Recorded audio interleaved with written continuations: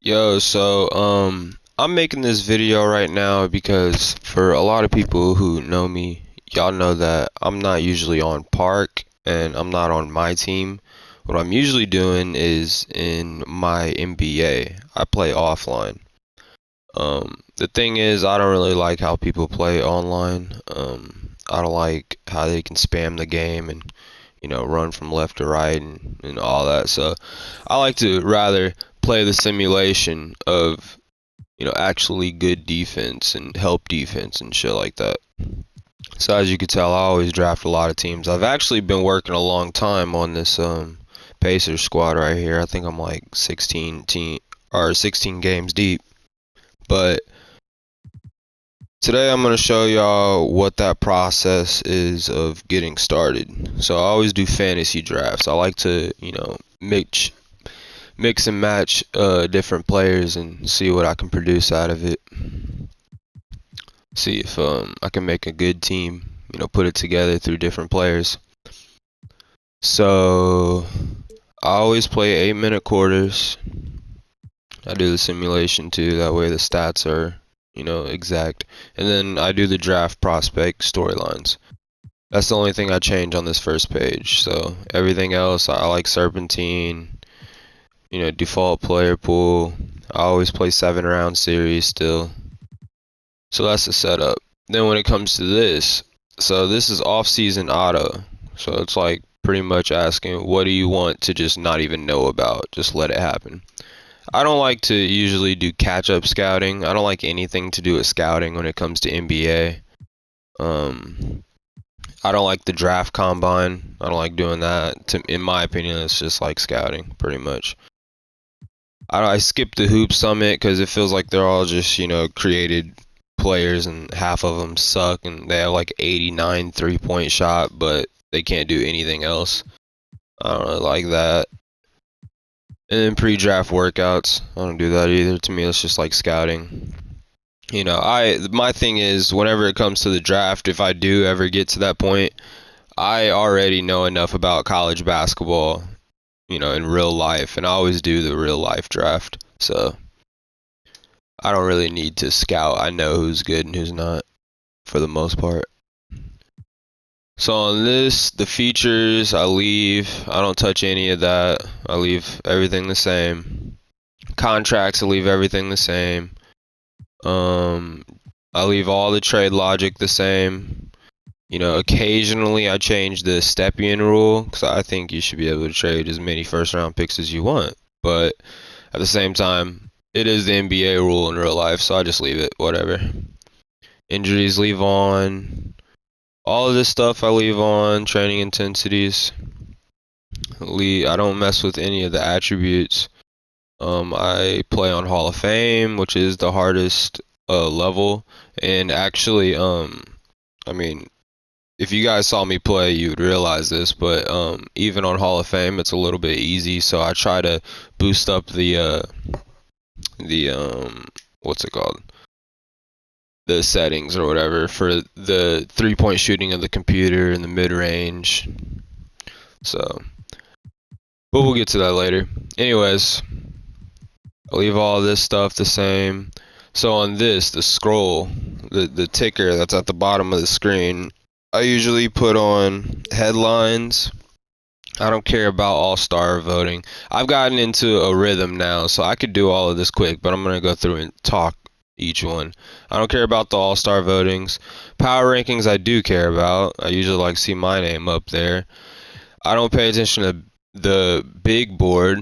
I do pay attention to draft order. So it's every single one if you haven't noticed already. Mock draft, I don't really care about, but I do want to see the draft results after the draft because I want to see where these star players went. That way I know who I'm playing against. Don't do the draft combine. Like I said, I don't really care about anything scouting wise, but I do like to see game results occasionally. See where other teams are at. Don't care about upcoming games. I only care about like where teams are at. I don't care about who they're facing. But I do care about stat leaders. I usually like my star player to be at the top of the stats. Don't care about free agents because very rarely do you sign free agents during the season. Transactions I do care about. I want to see if someone came into my conference that's good. Like if LeBron got traded or something like that to the East and I was in the East, I'd be like, damn. Don't care about rumors, both in the game and in real life. But I do care about social media because it's kind of funny seeing what some of these people say. So that's the entire setup that I do. I do this every single time. It's always the same. I never change anything. Um, Next up, we pick a team. I always like to switch it up because I like to experience different stadiums and different coaches, and each team has individual plays that they run. So, like for example, a team like the Utah Jazz, they run a lot of pick and roll type plays. But a team like Golden State, they run a lot of like floppy plays where you're getting someone open for a three. So, I think today I'm gonna go with let's go with the Utah Jazz. I mentioned them, whatever. So let's see. I got a bad first round pick, but we'll see what we can do with it. You know, sometimes it's not bad having a pick all the way down there because you get two pretty much superstars, but you don't get like a Hall of Famer at the top of the list, so that kind of sucks. But sometimes two is better than one, especially if you get someone who's defensive like my man Jaylen Brown here. So whenever I'm going through this process of drafting, I always try to piece together the positions. So if I get a small forward or a shooting guard or a point guard, my next pick's usually going to be a big man. So I'm looking over here like, which big men will still be around? And I honestly think there's going to be a lot of really good big men still around. And so, but with guards dry up fast. The point guards will probably still be around. I'll probably get them third. I always wait a little bit on point guard because the point guard is not going to be your primary scorer. As long as they can dribble and they can pass, then you can get your other players going. So they'll always get their assist, you know what I mean? I try to get a wing usually first, and I think Jaylen Brown is about to be my guy. Great layups, good shooter. See, 90 and 83, and then I'm sure he has a bunch of gold. Yep. So yeah, he's my guy. Jaylen Brown, first round. To complement him, now I have perimeter defense. I want interior defense. Bam Adebayo is a great interior defender. So is Porzingis, but Porzingis is also an offensive juggernaut. Jaren Jackson, he's great offensively and he's great defensively. I think I might go with him, to be honest with you. He's not a great rebounder though. So if I were to get him, I would have to go point guard and then center. That would have to be my next picks in the draft. He's great defensively though. I'm sure he can get some rebounds. We're gonna go with Jaren Jackson. Nice young guy. I could have got Mobley up there too, but I like Jaren Jackson. I was thinking him. So after I got him, see, these are gonna dry up real quick. Like I said, I need to get a point guard. D'Angelo Russell is an offensive game changer because he is a great shooter. Even though his three-point rating's not all that, but he has the badges. 17 badges with 17 playmaking. So, yep, that's my guy. That's my guy. He's only 25 too. And then next up, center. I gotta get somebody who can rebound. Andre Drummond is a stud. Bamba's young. Pretty sure his stamina sucks though. 78. See, I pay attention to the stamina because it matters. If they're dead in the game, which because I keep my stamina on, a lot of people don't. I think that's stupid. That's not how basketball works. But yeah, if their stamina's low and they can't, get up the court anymore, like they're not even useful. Cam Reddish is a savage. Great interior finisher, good defender. He's fast, he's young. Is he a shooter? He doesn't have the shooting badges. He has some good playmaking badges for a 3 though. 82 3-point, no mid-range though. But I think I can live with no mid-range. I think he's our guy. So do you see how it's all piecing together?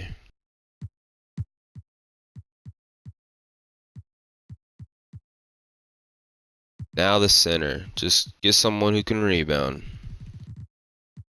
I already have the interior defender with Jaren Jackson. I think Gafford's a nice young guy. JaVale McGee could easily be a decent starter. He's just old. Stamina sucks too. Yeah, he's a come off the bencher.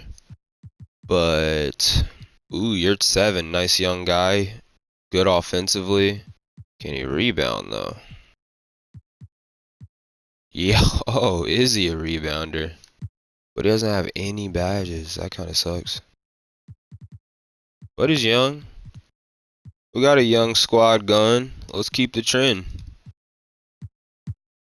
So that's our starting 5. Yurt 7. I don't even know how to say his name.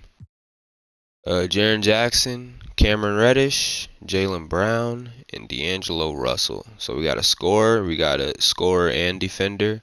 We got a slasher defender. We got an interior and exterior scorer and defender. He's pretty much good everywhere. Look at that. Layups, dunks, can shoot, can post you up. Like, what? I mean, 60 ball handling for a 4 is actually pretty good. His speed kind of sucks, though, but, I mean, offensive consistency is a 90. 85 interior defender and a 71 perimeter. That 71 perimeter is better than a lot of guards. Can't steal the ball, but he can block you. I mean, his rebounding, which that's kind of weird. He's a 6'11", 240-pound guy, and his rebounding's not all that. But I'm sure once we start playing with him, he'll still snag probably 6 to 10 rebounds, which is good enough. That's good. Help defense, great. Defensive consistency is high too. Speed is, I mean, it's average for a 4, maybe a little below. Stamina is good, intangibles, and potential. Look at that potential. And durability. He's not going to get hurt. I think that was a great pick. Alright, for the rest of the team. I need someone off the bench. Ooh, Thibault. Thibault is a defensive juggernaut. And if he's coming off the bench facing a backup 3, a backup small forward, clamping him up, maybe being able to leave off of him and help, I think Thibault would be great off the bench. Let's see who else we got. Let's also take into consideration who in my starting lineup will be coming off the court first. I think Yurt 7 or Reddish are the ones that need a backup. JaVale McGee, he might be here next round though. He's old, so they don't like to draft him. I mean, Gafford's still on here. They'll take Gafford before him. And Whiteside is also a beast off the bench, but he just gets hurt all the time. Yeah, we got some big men. The big men can wait. I think small forward is the way to go. And honestly, Thibault is... I think he's our guy. He's not a scorer, but I can get a score next round. Yeah, I like defense. Defense is defense wins championships. That's real. That's real. If you can get out on the fast break, then you can score. Fast break starts with a good defensive possession. I would get Marcus Smart, but I already got my defensive juggernaut coming off the bench, so I'm going to go with a... Well, now that I'm thinking, what if I had D'Angelo Russell coming off the bench and I had Marcus Smart in the starting lineup?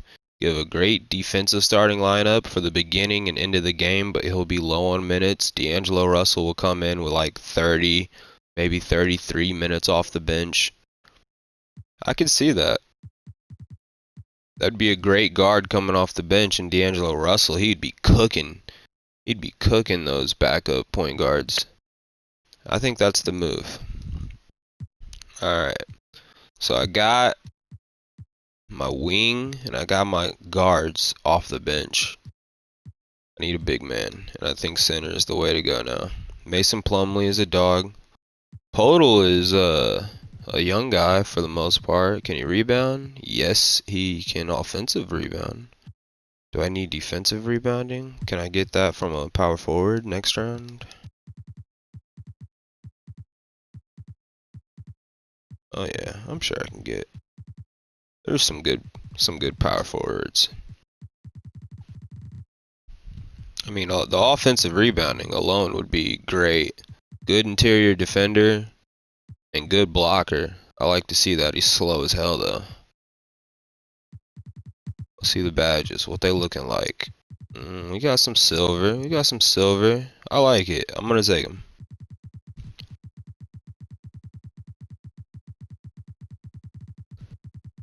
Alright. So, I mean, I don't have a backup for Jaylen Brown, but Jaylen Brown's going to be on the court most of the game. And then Jaren Jackson is the second person getting most of the time. So that's why I've structured it this way. You know, my most important person coming off the bench would be Thibault. Second most important will probably be Marcus Smart, and I'm probably going to use him at both the 1 and the 2. So I think these 3 guards right here will just be in a full rotation from the 1, the 2, and the 3. Or just the 1 and the 2 position, I mean. So they'll only be playing the 1 and the 2.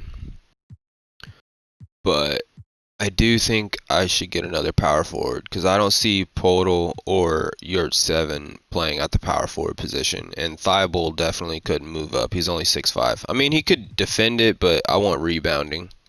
He wouldn't be a good rebounder. And so, Marcus Morris, nice, tough player. Can he get rebounds? And not really. JaMychal Green's our guy. It looks like great rebounder. He has a hustler badge. And he's a shooter? Nah, he's not a shooter. Quit lying to me. Paul Millsap. Paul Millsap with the 82. He's old, but he'd be a great mentor. See, I'm thinking ahead to things like that too in the training. I assign the mentors and things like that. And he'd be a great mentor. He could probably teach Jaren Jackson something. I'm sure one of these silvers is a badge that Jaren Jackson doesn't have. And if not, I mean, I'll get a young guy later on that he can mentor. I like him. Coming off the bench, low minutes, probably like 8 minutes. So now that I have these 3 players rotating at the 1 and 2, I have a backup for the 3, a backup for the 4, and a backup for the 5. I can now go for young guys, the guys that can develop. Because even though, you know, I'm going to be honest, not a lot of times do I make it past, you know, season 1 and 2 and 3. These guys, if I ever did, would develop into some beasts. Like Charles Bassey right here, 20 years old. So he has a lot of room for growth, but an 88 offensive and defensive rebound, 88 block, and 77 speed. That is ridiculous. Ridiculous. And he's a real player. But those are amazing stats that 2Ks gave him. And I mean, he can dunk. He's not bad. Interior, 6'9". I mean, and this guy's not bad either, but, you know, the rebounding counts. So I'm going to go with Bassey early. Getting him there. Another guy I usually like to get is my boy, Bull. He is probably one of the most underrated people. It's ridiculous. I mean, he's 7'2". He can dribble, he can shoot, he can lay it up, defense, rebounding. So I'm going to get him. So I have those 2. Now let's go for a potential backup shooting guard. Kennard up there, I'd be paying him a lot of money, but he's young. I mean, and he's good. He's a good shooter, hustler. Stamina is good, and he has the badges. I think he's our guy. I think he's our guy. Alright, so we got 2 backup guards. Now I want to go for a young guy guard. Probably at point guard. So all the good ones are gone for the most part. Jose Alvarado isn't bad, and he's cheap. Good layups. I mean, he's not super good dribbler.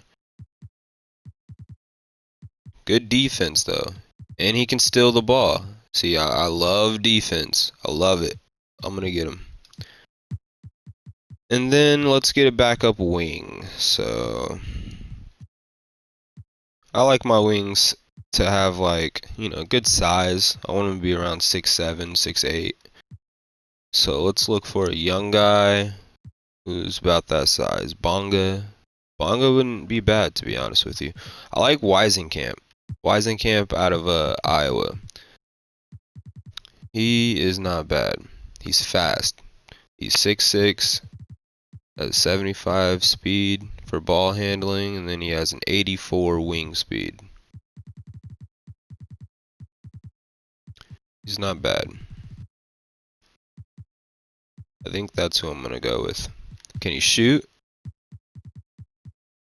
He can shoot, so we're going to go with him. Out of Iowa. And so that concludes the draft. So after the draft is finished, I always include the draft class 2022 one made by the official yada yada. It's always the top one, most downloaded one, and every time I get it, it does seem pretty accurate when I go and look back at my college basketball in real life. So when that's done with, I make sure that my roster is all good. I don't need to make any roster adjustments to positions or anything. So I think we're good there. And then I go to coaching, coach game plan. And then, like I said, I want Russell coming in off the bench. I want Smart to be in there. I'm still going to keep his 21 minutes, and I'm going to keep Russell's 29. I'm gonna take a couple away from Jaylen Brown. It's early in the season. I usually don't like to overwork the players. They'll still get their numbers because they're who I primarily use. But I'm gonna keep them at around like 32, 33 minutes. And then when playoffs come around, then that's when I'll be spiking them up to like 38 minutes. Total. Should I have him as my starter?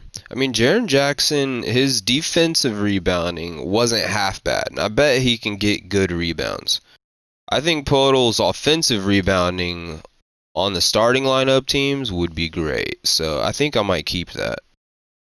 Yurt 7 would be dominating coming off the bench, too. I mean, he'd be making some of these backup centers, look silly. So I'm going to give him a good amount of minutes coming off the bench. Honestly, those 3 right there might just get in a rotation. Paul Millsap might lose a little points. Lose some minutes, I mean. Well, I don't think your 7 might be able to play at the 4. We'll see. We'll see. Kennard, I don't think he needs that many minutes. Thibault does. I want Thibault in there. He was our first 6-man coming in. So let's change this around. Russell is going to be our 6-man for sure, coming off the bench. Thibault should be a close second. Yurt 7 should be a close third. And then the rest really shouldn't have that many. Let's put them at around 8 and 8. Let's go in the starting lineup and see who needs more. Let's give Marcus Smart some more.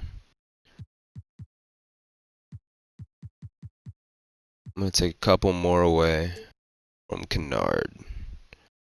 Because Kennard wasn't supposed to get minutes in the first place. Because all that's going towards my man Marcus Smart. He can play the 2. And then that way, Jaylen Brown, if he needed to, could bump up to the 3, which they probably won't need to, because we got Thibault coming off the bench. But yeah, I like this. I like this right here.